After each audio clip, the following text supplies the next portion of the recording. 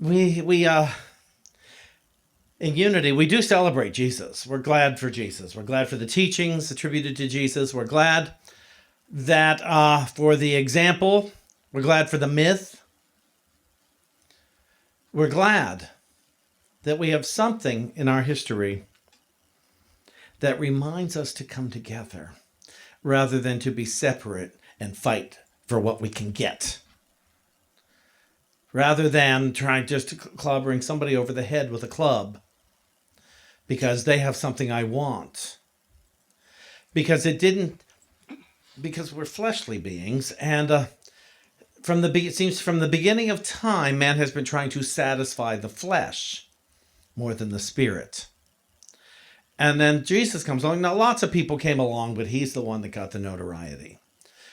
Found a way that all of a sudden he found spirit more enticing, more satisfying than eating the best candy bar, than having a good piece of cake, than whatever would satisfy the ego or the flesh, just still a part of the ego. And so he liked this understanding so much that he wanted to pass it along to everybody, to bring people together. You know, when he preached, it brought people together. When he did we call them miracles, and what is a miracle except an everyday event that we don't understand how in the heck it could have happened, but it did happen. And he couldn't have broken spiritual law to make it happen. That means whatever it is said that he did can always be done. And that includes the feeding of the 5,000. That includes the raising of the dead. That includes love when you are faced with hate. That means being able to go into prayer and have a spiritual realization when the hate you face is your own. And so to pay attention to all this and say, this is what he did. He knew it could be done, and he said, if I can do it, you can do it, because it is the same source within us that's doing it through me. So just pay attention to that same source that's in me that is also in you. Pay attention. And that's why I asked Kenneth to sing Love in Any Language. Because that same source, it's the voice for God, can speak to all of us from wherever we are in whatever language we understand it. When I do my journaling with Spirit, Spirit speaks to me in a way that I can understand. When somebody else is having a conversation with Spirit, Spirit is speaking through them in a way that they can understand, in a voice that they can understand. And so what I have discovered is Spirit, the voice for God, is not limited to any particular language, dialect, not even limited to a prejudice. It can get in there and show us how to love, or at least advise us on how to love. Now, again, Easter is all about the resurrection. That's the point of it, and that's the lesson within us. So I'm going to read something here today. This was said by Unity's co-founder, Charles Fillmore, on Easter Sunday in 1914. Now, I've abbreviated it because I didn't need to read everything, quite frankly. But I took the parts that I thought could pop for us to zip into our consciousness so that we could awaken to it. And we start with the realization that man is spiritual being is the highest point of consciousness. So, could you realize that you are spiritual being? What do you think? How about you guys? Steve, which one on camera am I on? The center one. Okay. How about you guys? Could you realize that you're a spiritual being? Yeah, sure. Why not? But could you realize that the person you are the most afraid of or seem to hate the most is also spiritual being? And that spiritual being isn't based on behavior. Thank goodness. Because quite frankly, a lot of us in this room would be in trouble if our spiritual beingness was based on our behavior. Anybody? Anybody forgotten recently who they are, what they are, that they're a spiritual being? But today we come together to be reminded so that you can leave here reminding yourself, oh, I am spiritual being. And so is my neighbor.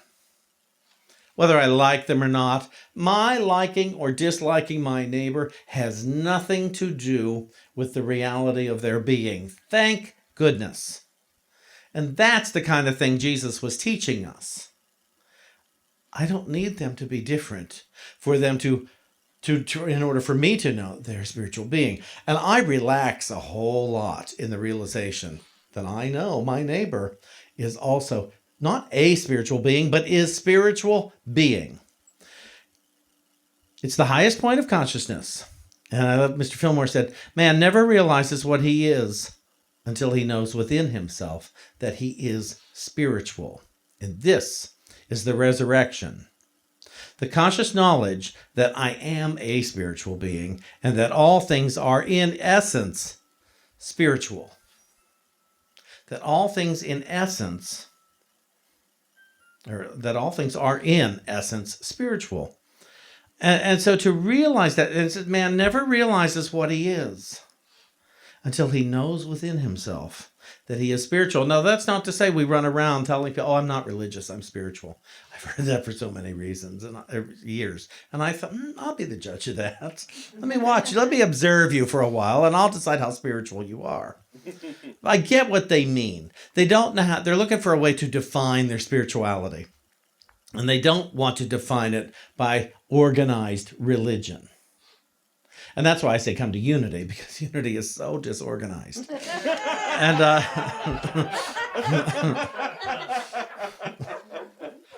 it's a joke, but it's true. It's funny because it's true. And so to have the realization, oh, I'm a spiritual being. And some people say, I don't need to go to church. And I say, I think you do. Judging by the conversation we had recently, I think you do.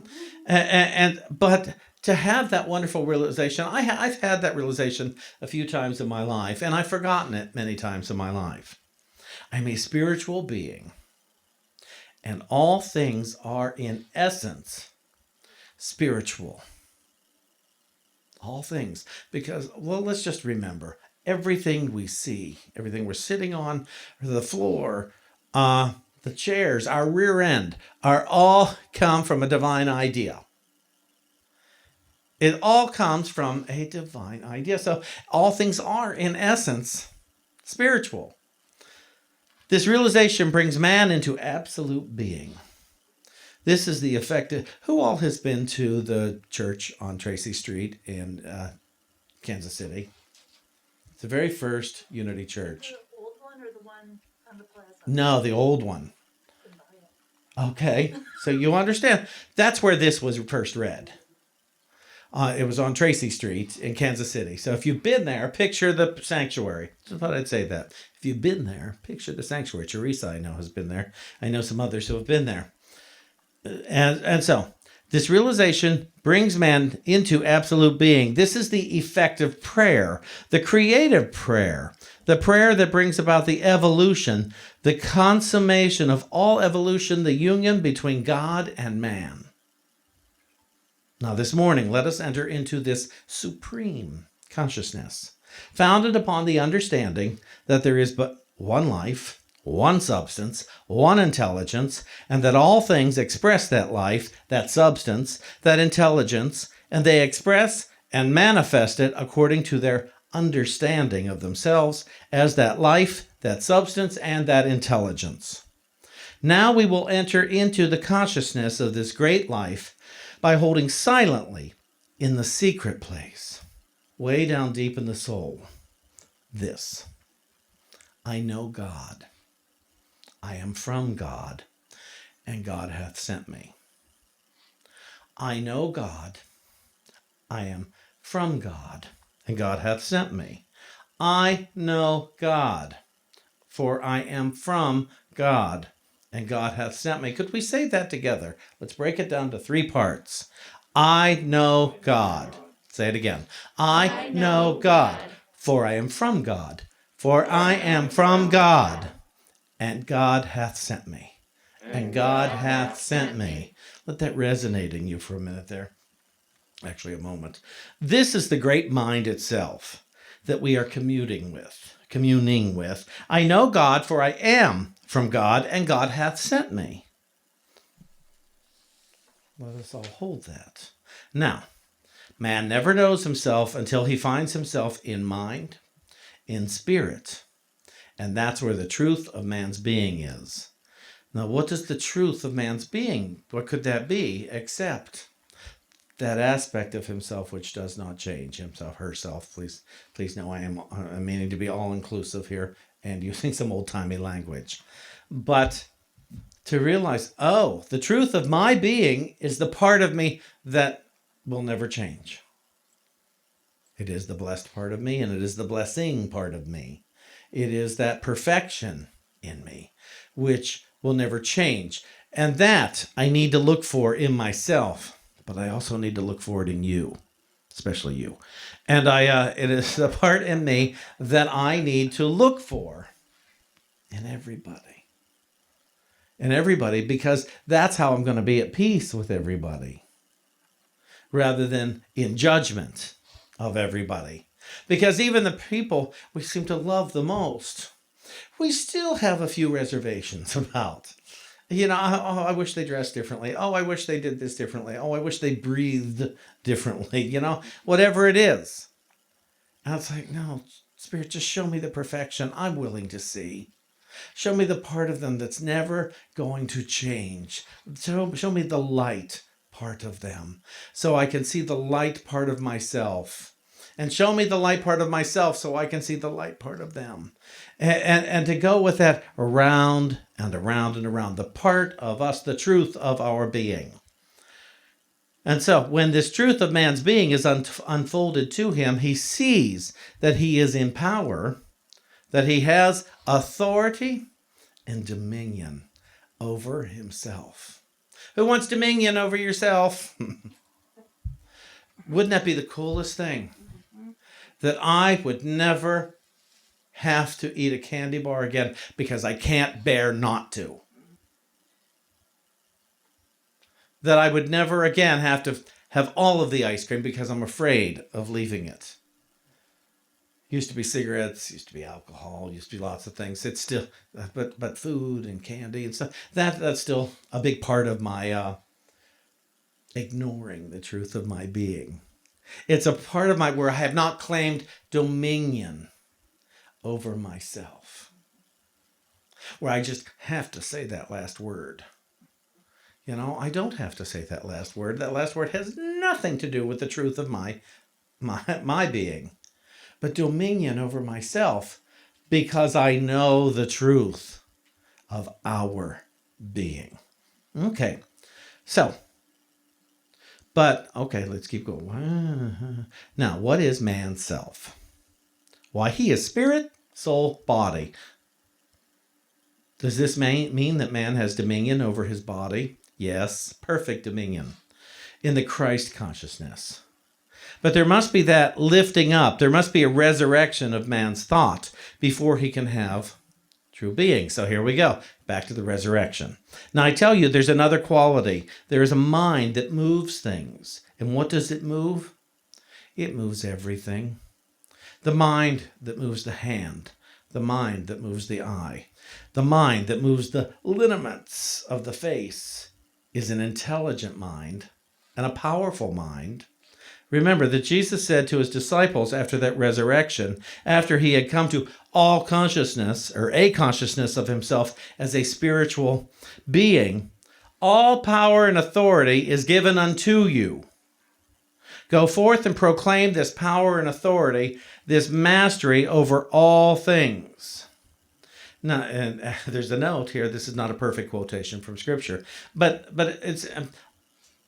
If Jesus said all power and authority is given unto you, he didn't say all power and authority is given unto me, so you must bow down and worship me. You must forever credit me with everything.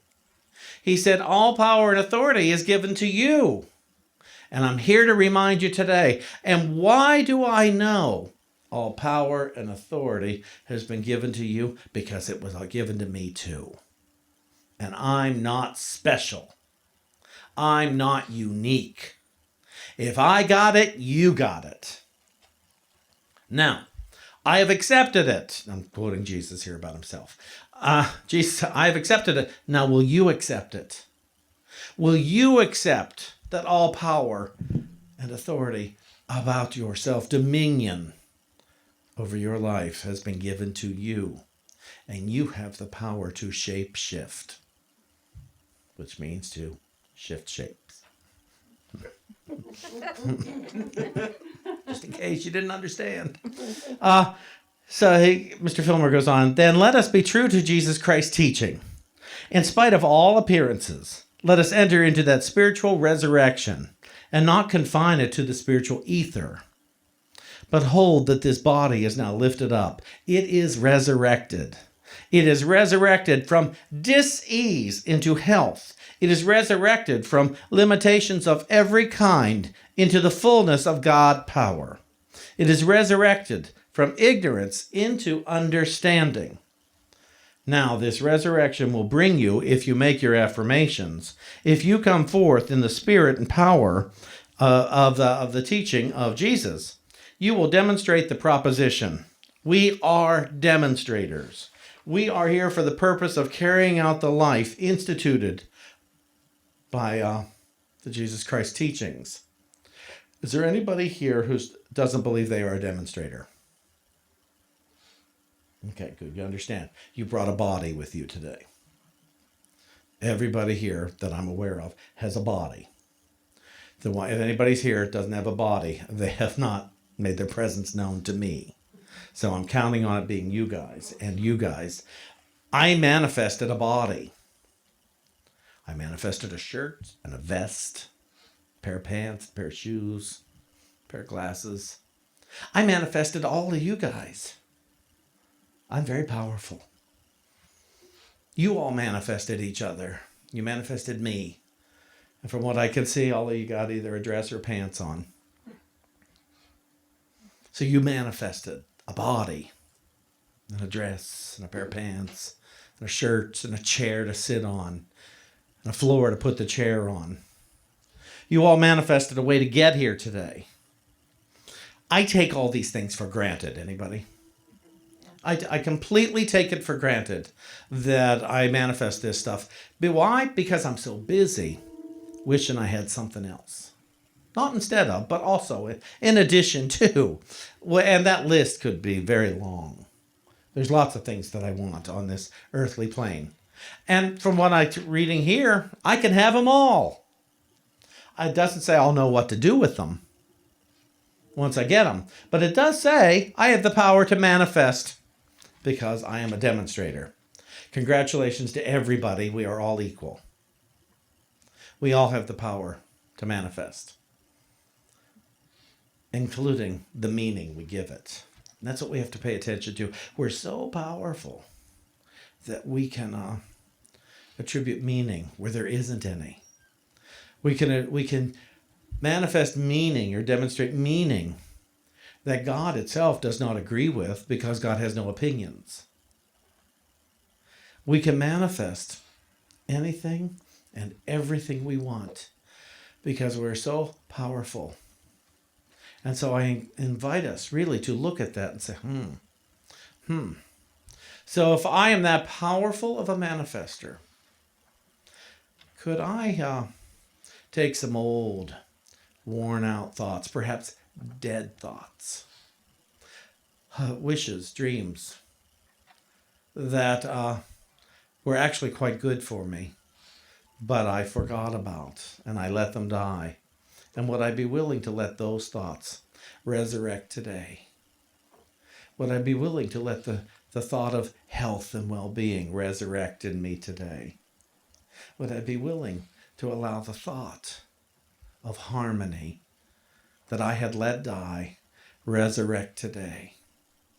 Would I be willing to do that? It is a day to take to remember all that stuff. So I'm just going to finish with this part from Mr. Fillmore. I would say to you, everyone, you can be that which you desire to. You can fulfill this law or you can ignore it.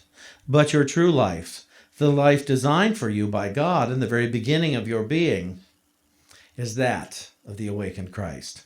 You must not only resurrect this body, but you must ascend into the pure spiritual consciousness with it. Then you can spread it abroad. It will become a seed in your heart and in the soul and in the very flesh of all beings, and you will know what it is to abide in the Christ mind. The Christ in me is awakened now. Would all of you know that with me? The Christ in me is awakened now. So it is. Happy Easter.